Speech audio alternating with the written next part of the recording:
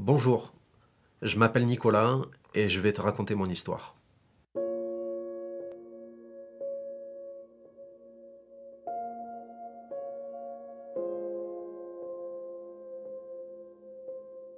Je suis né dans une famille chrétienne et mes parents étaient très impliqués dans l'église dans laquelle nous allions. Tant que j'étais enfant, ça allait très bien, mais à partir de l'adolescence, j'ai commencé à avoir un peu de rébellion contre tout ce qui nous était enseigné.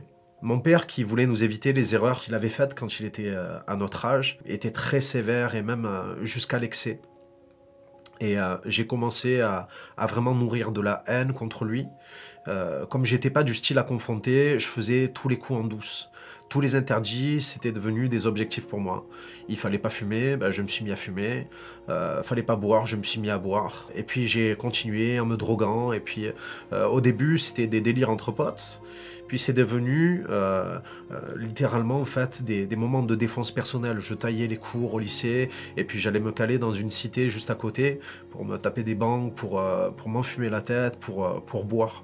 Et j'ai commencé à vivre une crise intérieure avec un mal-être qui était de plus en plus profond et j'ai commencé à nourrir des pensées de suicide.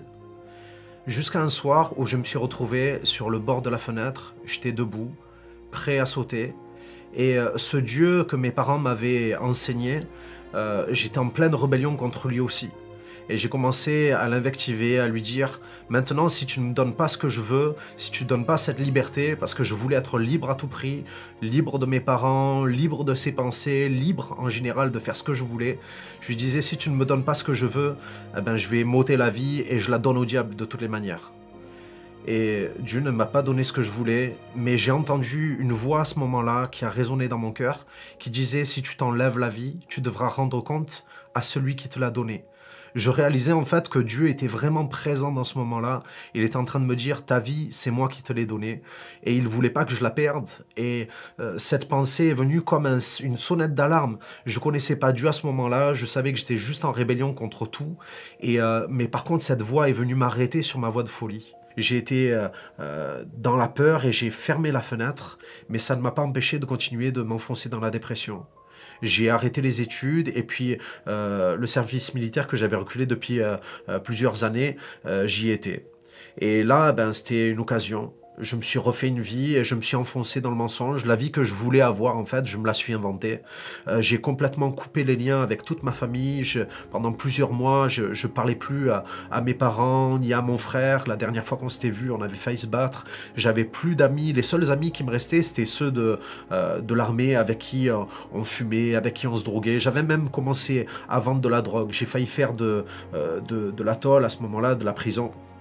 Et quand mon service militaire se terminait, vers le mois de novembre en l'an 2000, j'avais tout gaspillé mes économies. J'avais bu mes économies, fumé mes économies, et j'étais en train de me dire, mais c'est bon, t'as plus personne vers qui te retourner, tu vas terminer sous les ponts. Dans cette semaine où je me posais ces questions un peu existentielles, mon père a appelé à 4 reprises sur la base militaire sur laquelle je me trouvais. Et mon adjudant est venu me voir, me disant « Si tu rappelles pas ton père, ça va mal se passer. » Et je me suis retrouvé comme contraint à appeler mon père, que je ne voulais pas retrouver. Et puis finalement, le week-end d'après, je me suis retrouvé quand même à la maison. Et toutes les choses pour lesquelles je haïssais mon père étaient comme évaporées. Je me sentais mal à l'aise d'entretenir des sentiments comme je les avais à son égard. Et puis il y avait mon jeune frère qui avait 15 ans, qui avait donné sa vie à Jésus, qui avait rencontré Dieu littéralement, et qui m'invitait tous les jours en me disant « Mais Nico, viens à l'église, viens à l'église ». Et puis il me fatiguait tellement que je me suis dit « Allez, c'est bon, pour qu'il arrête, je vais y aller au moins une fois ». J'ai fini par aller à l'église, et je me suis retrouvé là avec des messages qui étaient comme directement adressé à moi. C'est comme s'il n'y avait plus personne autour de moi et que toute ma vie était déballée. Et je sentais comme si Dieu me parlait directement, qui me disait « Mais Nico, je sais que tu as fumé, je sais que tu as volé, je sais que tu as maudit ton père, je sais que tu es dans la pornographie, je sais toutes ces choses-là, mais je t'aime, j'ai donné Jésus à ta place.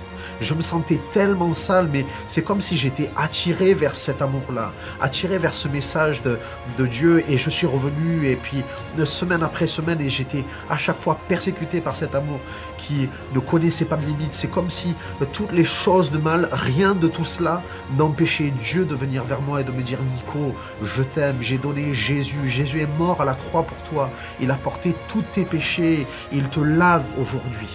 Et j'ai arrêté de lutter contre cet amour qui était juste hallucinant pour moi, et j'ai donné ma vie à Jésus.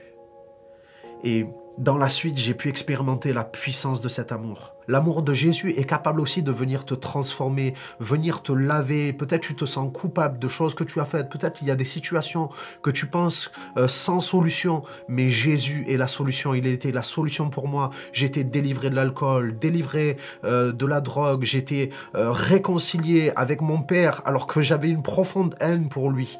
Et aujourd'hui, je vois cet amour de Dieu même se manifester alors que je prie pour les malades, des guérison sur guérison. L'amour de Dieu est sans limite. Il est capable de te changer corps, âme et esprit. Laisse-le t'inonder. Dis simplement peut-être cette prière avec moi.